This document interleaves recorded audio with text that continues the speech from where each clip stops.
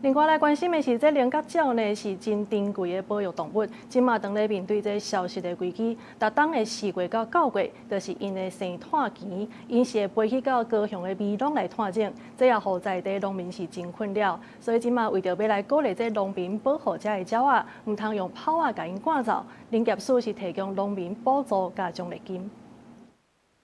菱角鸟是一种水鸟仔，也然是水生食物。这两款生物拢伫咧美浓生活，因为菱角鸟会去甲田里的野人加断，对农民来讲真困扰。伫咧较早，农民会用炮啊甲菱角鸟赶走。那时候我看到迄鸟啊，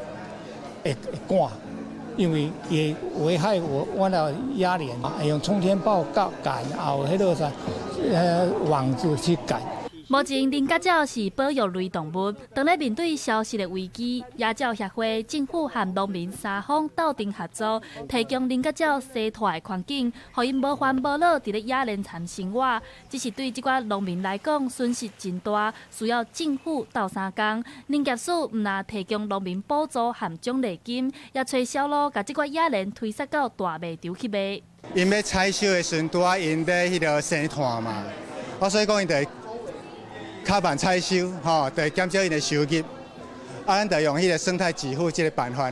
来补助因一寡钱。足感谢迄个家乐福提供这个通路，互因农民有一个足稳定的一个收入安尼。那对野人农来讲，他们损失了一些，但是他们有一些补偿，但是其实这些补偿很小，他们损失的还比较多，但是他们愿意